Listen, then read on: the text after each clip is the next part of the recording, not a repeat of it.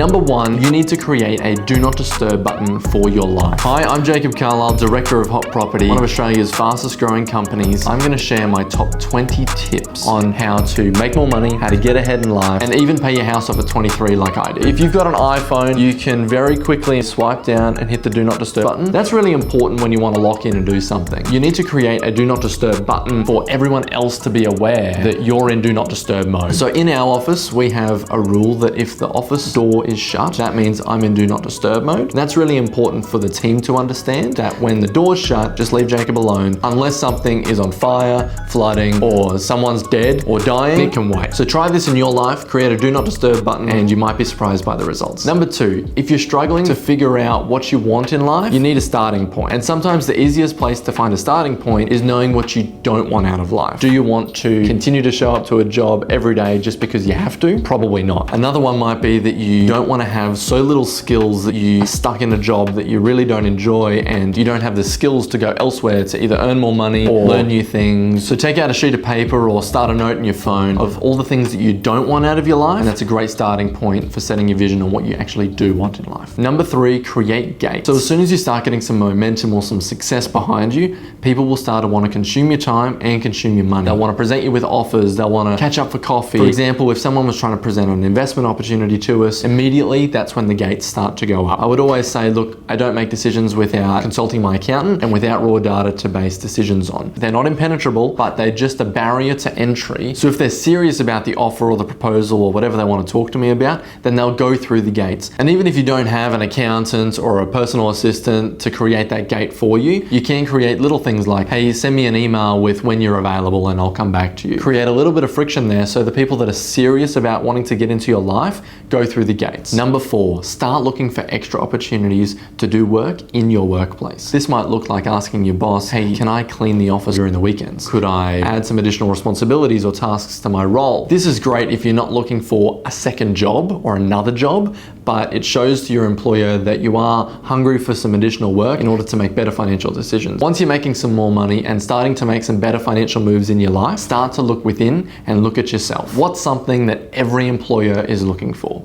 For me, it's attitude. You must come in with the right attitude and the right work ethic if you want to work in one of our companies. Which is why one of the first questions that I ask any candidate that comes through our doors is, what are your goals? What are you working towards in your life? I only really want to work with people who are driven like we are, because that's what drives the growth of the company forward. Number 6, once you feel like you've learned enough from your current employer or role, look for a role that ties performance with compensation. When you tie performance to compensation, you start to work harder, because the harder you work, the more money you can make. And how much money you make is only dependent on how hard you're willing to work. You'll often find in organizations where performance is tied to compensation, you start to hang around more A players. So if your goal is to be earning and learning at the same time, you want to be surrounded by people who are better than you in order to level up your life. Number 7, look for a workplace that doesn't tolerate disrespect. In our business, it's really important that our staff feel valued. They're doing a hard job and they're dealing with someone's most important asset. If anyone is ever getting sworn at, told that they're an idiot, they have full permission to terminate the phone call and say, I understand where you're coming from. However, I won't be spoken to like that. So I'm going to terminate the phone call and I'm happy to reconvene in a time that's suitable to you. So find a boss that will back you and be in your corner, especially when there's tough decisions to make. Number 8,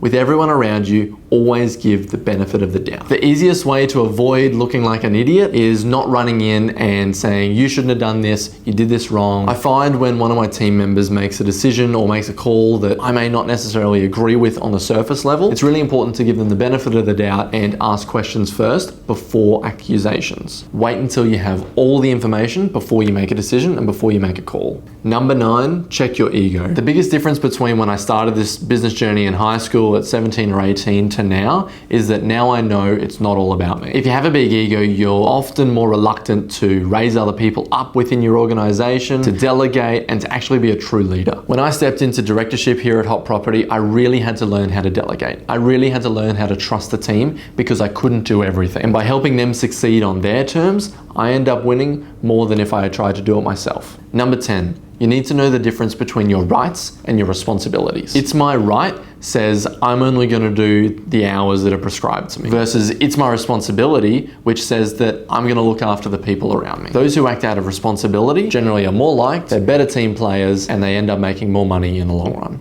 Number 11, the cost of not continuing to learn. When I finished year 12, I was sick and tired of learning. If you continue the momentum of learning, you don't have to relearn how to learn, how to write reports, how to read in big chunks, and how to write essays. I waited till I was 21 to go and see Tony Robbins and get into personal development. And when I was there, all I was thinking was, gee whiz, I wish I did this sooner. My favorite sort of business to invest in is always a subscription model business. When I'm looking to invest, I'm looking for strong, continual returns that don't require constant input to achieve constant output. Subscription model businesses are great because generally the clients are ongoing, they're on a rolling contract, and you don't need to continue to sell and attract new customers in order to continue to make money and profit in your business. Number 12, get this unfair advantage. Whenever you get a call from someone, save their name in your phone. Whenever they call you again, or you call them again, you can call them by name. Just the other day, I had someone call me who I don't speak to very often. I picked up the phone, I answered them by name, and they were surprised. It makes people feel special, it makes people feel heard, and it makes them feel important, which is always a good way to leave people.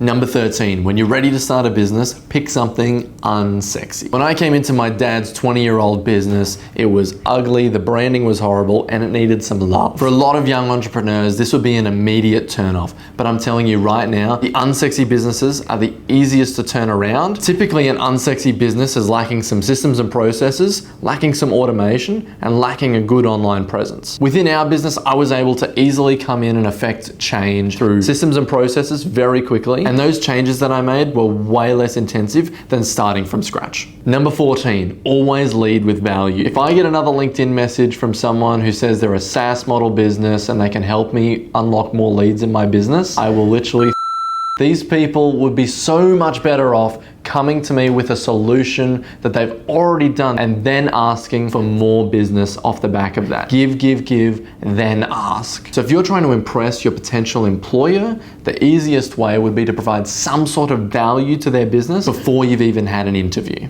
Number 15, no one needs to know how hard you're working until you can start to see the fruits of it. In our business, we were doing things so innovatively and so modern on the inside, yet we looked a bit old and rickety and outdated on the outside. It wasn't until we'd really organized the inside and the operations side of our business that we decided to go through and rebrand the business, and from the outside looking in, try and attract new clients and go public with how much had changed within our business. You're better off not telling people about the early mornings, late nights, and weekend work until you've succeeded what you're trying to achieve. Number 16, don't get stuck in the theory. It's always harder to actually do something than it is to watch someone do something 1,000 times. So I did so much research and so much theory work when I was writing my book all about change management before I'd actually affected any level of change management in an organization in my life. It wasn't until I'd come into the business and then was hit with this massive realization that, wow, you know what to do, but doing it is so much harder than you thought. And that's okay. So take the concept and put it into practice as fast as you can. Number 17, don't have a sucky resume. We were dealing with a business recently who gave us this large folder as their presentation document, and it stayed in the corner of my office for months and months and months because I didn't want to throw it out. When they came back and followed up, we ended up signing with them because